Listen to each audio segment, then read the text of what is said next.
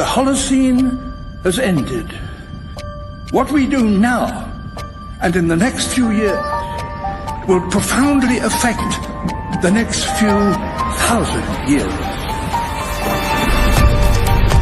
The only conditions modern humans have ever known so far are changing, and changing fast. Nothing stays the same on this planet. Everything changes. The Earth is going into one of these jumps, and you don't know what is going to be on the other side of those jumps. The Earth is always jumping.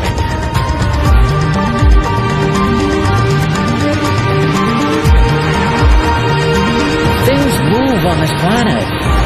Things are not still. Everything is turning.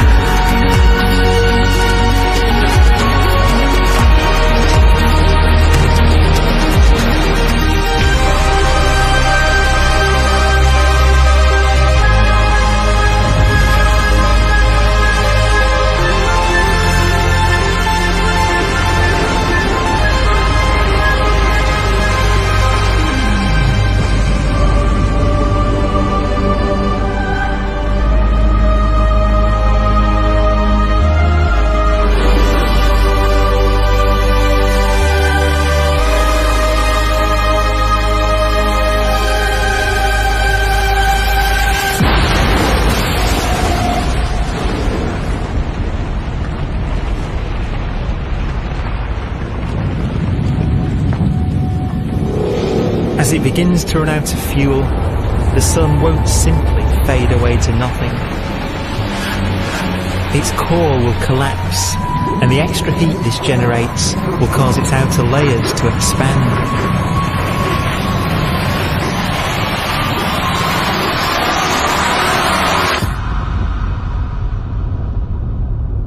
The sun is now dead.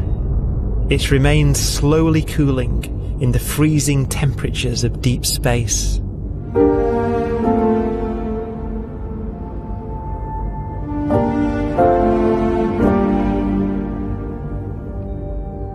The fate of the sun is the same as for all stars. One day they must all eventually die, and the cosmos will be plunged into eternal night. All stars eventually will run out of fuel. The temperature of the universe drops. The stars, one by one, in the night sky, will turn off. And there'll be no more new stars created. And so that the universe will end not with a bang, but with a whimper. And not in fire, but in ice.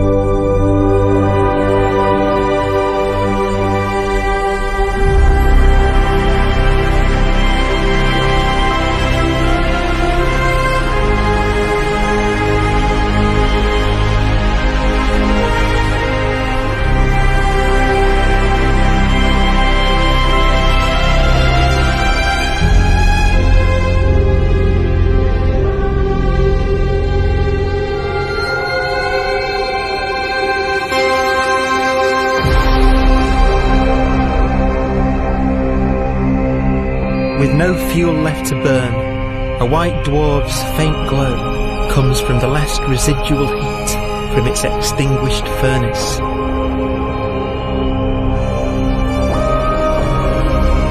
Looking at it from where the Earth is now, it would only generate the same amount of light as the full moon on a clear night.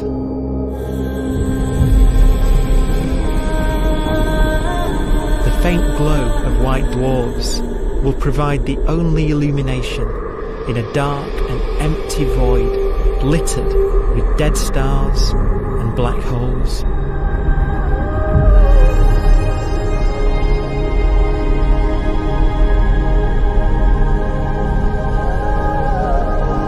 some ways, it's kind of a ghost universe. It's the corpses, the zombie stars, that will take us into the future.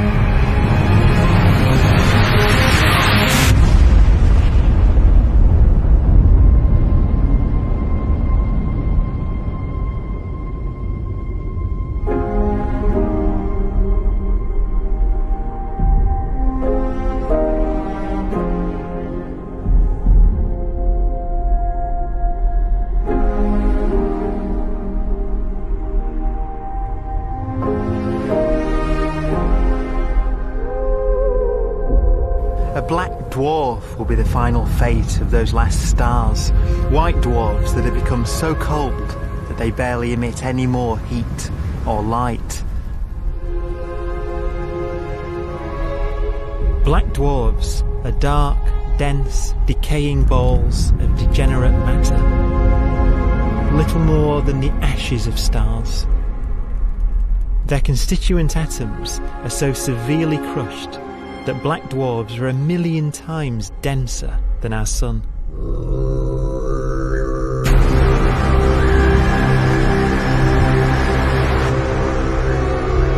Stars take so long to reach this point, we believe there are currently no black dwarfs in the universe.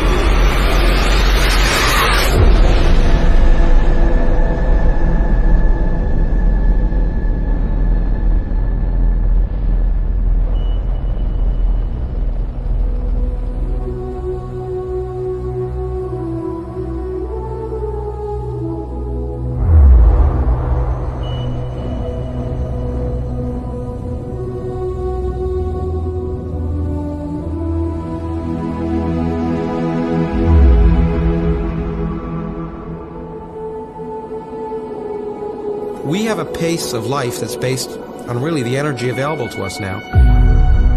You could imagine living conscious systems which have a very different pace and therefore can extend out at least a lot farther than you'd imagine otherwise.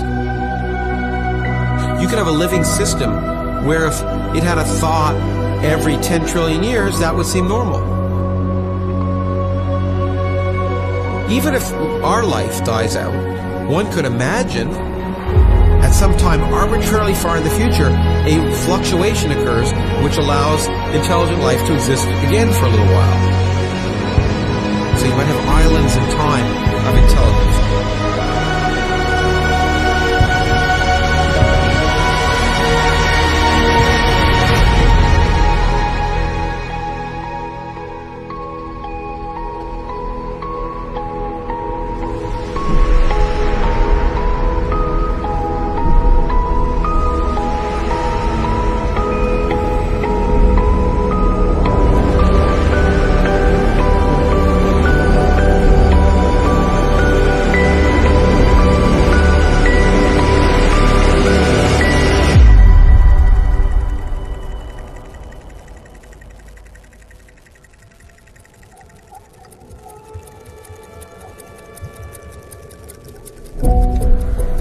proton, one of the fundamental building blocks of atomic matter, what makes us up, can just spontaneously fall apart. Any material that evades the pull of a black hole eventually dies away. as its protons disintegrate.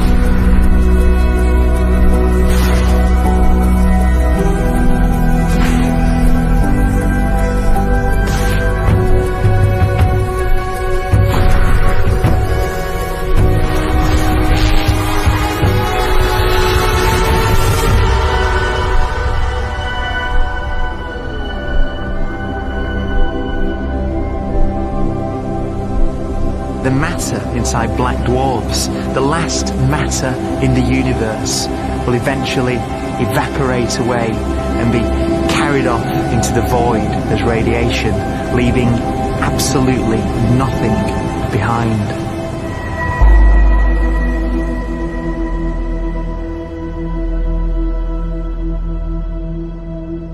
With the black dwarfs gone, there won't be a single atom of matter left. All that will remain of our once rich cosmos will be particles of light and black holes.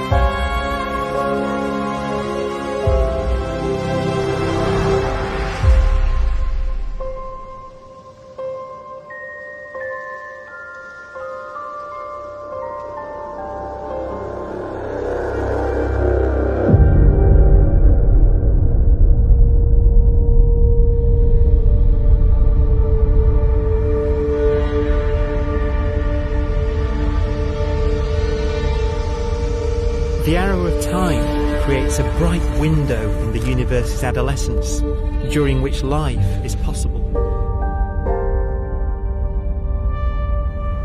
But it's a window that doesn't stay open for long.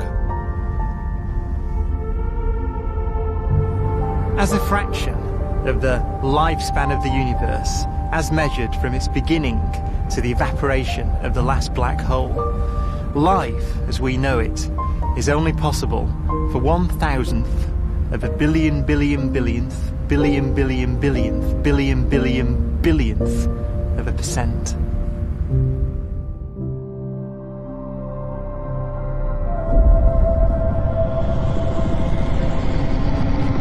Black holes become the fundamental building block of the universe. A galaxy will basically be a supermassive black hole in a center with smaller black holes orbiting it. Zombie galaxies filled with black holes continue to evolve. They'll eat each other and they'll get bigger, and maybe they'll fall into the supermassive black hole and it'll get bigger. The universe will still be an exciting, dynamic place. It's just that the timescales you're talking about are now trillions of years instead of thousands or millions of years.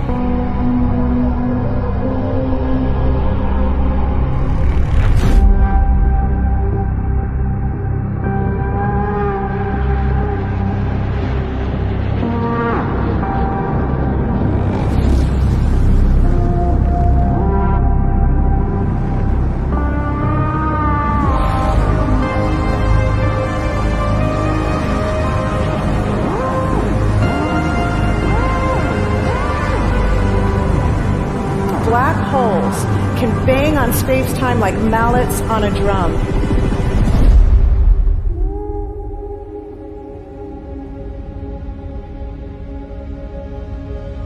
And they have a very characteristic song.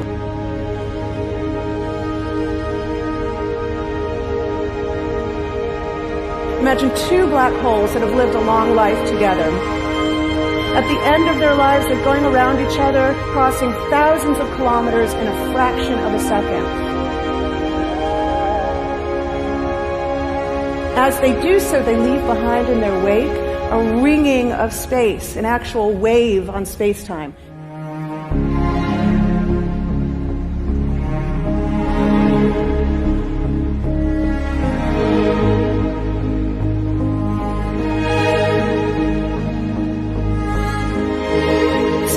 squeezes and stretches as it emanates out from these black holes banging on the universe. Those are the gravitational waves. They're literally the sounds of space ringing. And they will travel out from these black holes at the speed of light as they ring down and coalesce to one spinning, quiet black hole.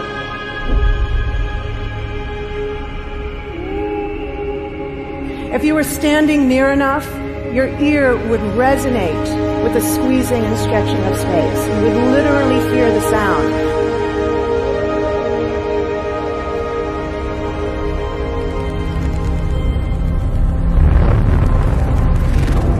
Imagine a lighter black hole falling into a very heavy black hole. The sound you're hearing is a light black hole banging on space each time it gets close.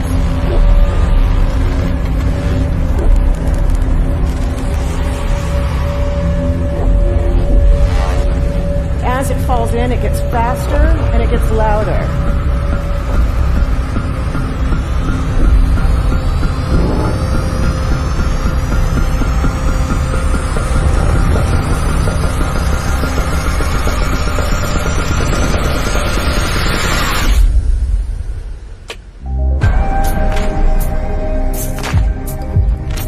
Scientists used to think black holes were immortal, but even these will one day die. Now we're talking about timescales of unimaginable length, quadrillions of years into the future. On that timescale, even the black holes begin to evaporate.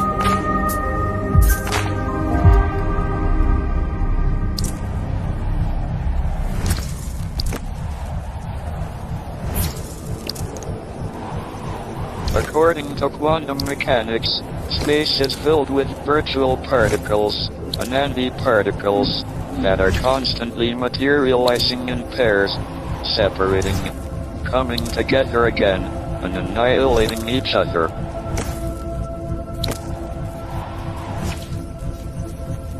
In the presence of a black hole, one member of a pair of virtual particles may fall into the hole, leaving the other member without a partner with which to annihilate. The forsaken particle appears to be radiation emitted by the black hole. And so, black holes are not eternal. They evaporate away at an increasing rate until they vanish in a gigantic explosion.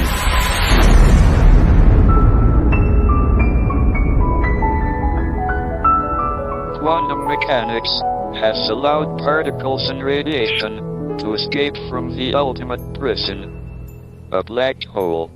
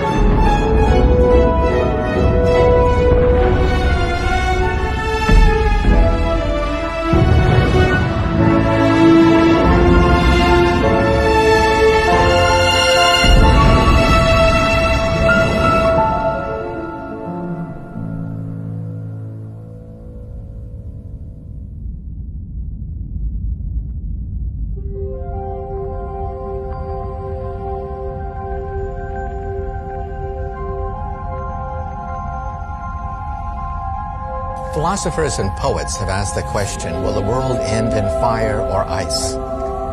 We can now give an answer. The latest evidence shows that the universe is not slowing down, but it's speeding up out of control. And the universe, we think, will die in ice. Trillions upon trillions of years from now. Empty space itself has energy. In every little cubic centimeter of space, whether or not there's stuff whether or not there's particles, matter, radiation, or whatever, there is still energy, even in the space itself. And this energy, according to Einstein, exerts a push on the universe. What is the weird stuff that's accelerating the universe? We call it dark energy. And this stuff is the dominant stuff of the universe. Almost 3/4 of the matter-energy content of the universe is this dark energy. And we don't know what it is. Dark energy, unlike matter or radiation, does not dilute away as the universe expands. This has crucial implications for what the universe is going to do in the future. So what will be the future of the universe? Well, if the dark energy remains dominant and repulsive, the universe will expand forever.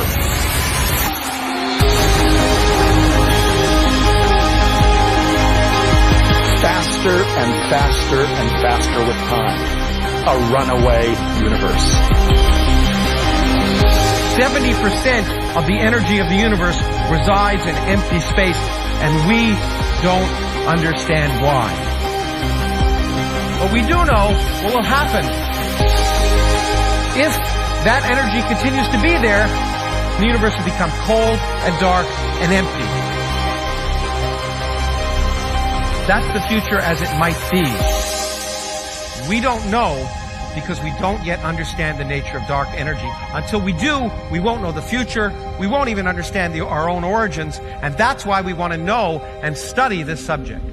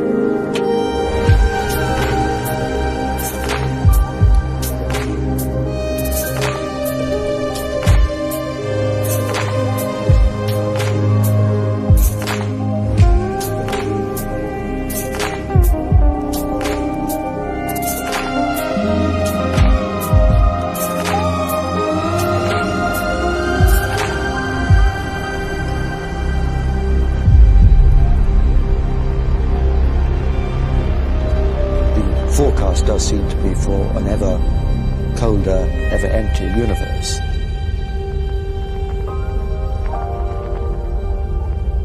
But then, of course, we have to ask, could that end lead to a new beginning? And there are ideas whereby what actually is the end of our universe could in some sense be linked to the beginning of a new one.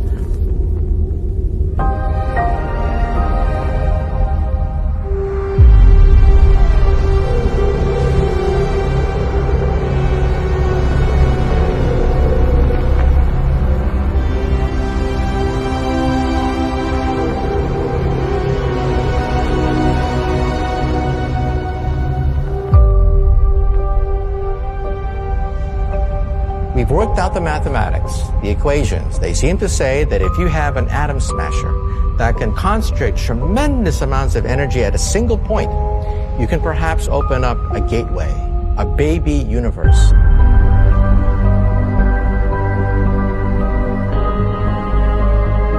Facing the death of everything there is, this perhaps is their only possibility of escape. And this also raises a very intriguing possibility, sheer speculation of course, that perhaps any universe that has intelligent life in it will create baby universes, will create lifeboats, and proliferate child universes. So an evolution may take among universes in the multiverse. Survival of the fittest may take place. So those universes which do not have intelligent life are infertile. They have no children.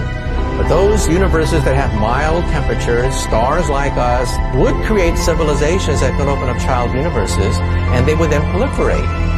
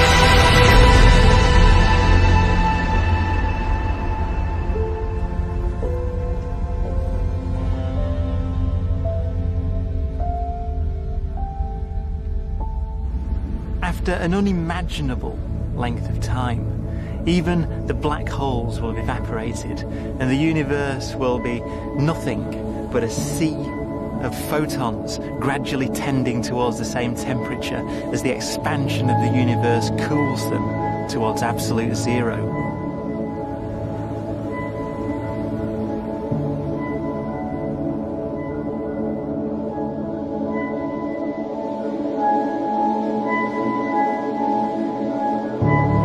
Once the very last remnants of the very last stars have finally decayed away to nothing, and everything reaches the same temperature, the story of the universe finally comes to an end. For the first time in its life, the universe will be permanent and unchanging. Entropy finally stops increasing because the cosmos cannot get any more disordered. Nothing happens, and it keeps not happening forever.